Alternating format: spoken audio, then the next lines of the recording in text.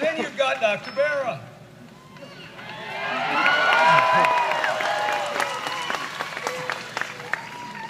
The product of the American dream.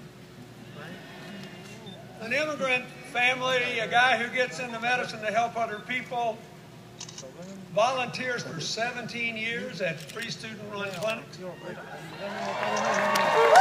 chief medical officer of Sacramento County Public Health,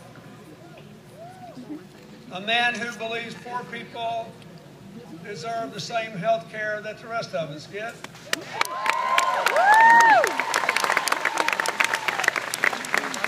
I believe there are plenty of people that need health care, so medical professionals ought to worry about giving it to them instead of trying to control women's choices.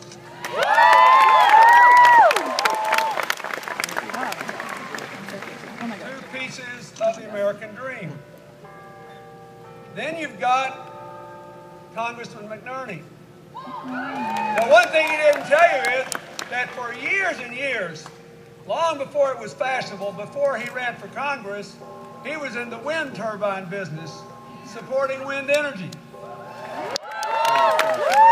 The United States ranks first or second in every major survey in the capacity to produce electricity from the sun and the wind.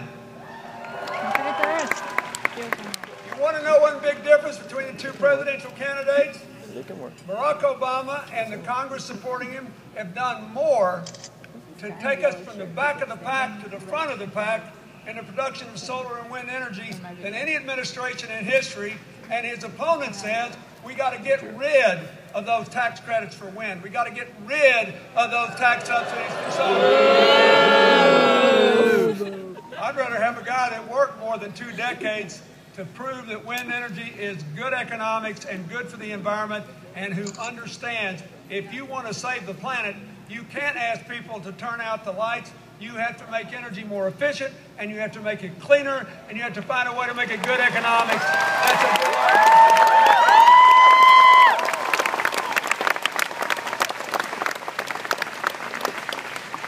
And it means something to me that he was inspired by his son to enter public service, because he wrote a bill to improve treatment for a very special group of our returning veterans. One of the great advances since the Vietnam War in medical care is in battlefield medicine. More and more and more people who once would have died live.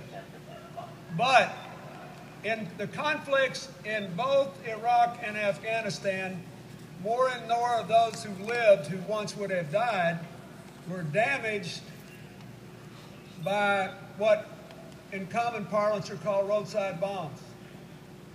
Their brains were badly shaken, and now hundreds of thousands of these veterans have come home to us with traumatic brain injury.